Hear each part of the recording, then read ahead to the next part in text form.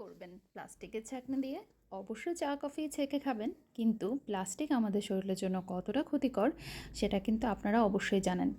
তার উপরে যদি প্লাস্টিক গরম পানির ছোঁয়ায় আসে তখন কিন্তু সেটা আরও ভয়ঙ্কর আকৃতি ধারণ করে।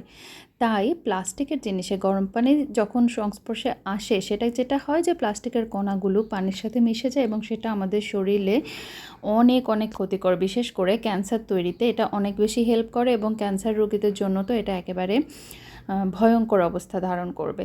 তাই শুধুমাত্র ক্যান্সার পেশেন্ট না, আমরা যারা সাধারণ মানুষ এখনও সুস্থ সবল আছি আলহামদুলিল্লাহ, তারাও এই ধরনের প্লাস্টিকের জিনিস চা কফির জন্য ইউজ করা বন্ধ করতে হবে। না হয় আমাদের শরীরে ক্যান্সার বাসা বাঁধবে এবং আমাদের জন্য এমনিতেই ইদানিং ক্যান্সার অনেক বেশি বেড়ে গেছে।